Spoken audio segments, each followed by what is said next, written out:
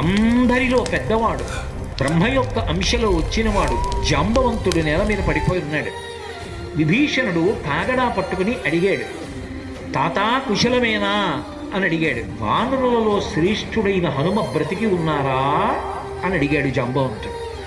విభీషణుడు అన్నాడు, తాత నువ్వు అడగవలసినది రామలక్ష్మణులు కుశలముగా ఉన్నారా అని అడగాలి. హనుమ కుశలముగా ఉన్నారా అని అడిగారేం తాత అని అడిగారు. మొత్తం వానరులు రామలక్ష్మణులతో కలిసి పడిపోయినా కూడా నష్టం లేదు. హనుమ ఒక్కరు బ్రతికి ఉంటే మళ్ళీ అందరూ బ్రతుకుతారు. అందరూ బ్రతికి ఉన్నా హనుమ ఒక్కరు పడిపోతే బ్రతికి ఉన్న వీళ్ళందరూ పడిపోతారు. అందుకే నేను హనుమ బ్రతికి ఉన్నారా అని అడుగుతున్నాను.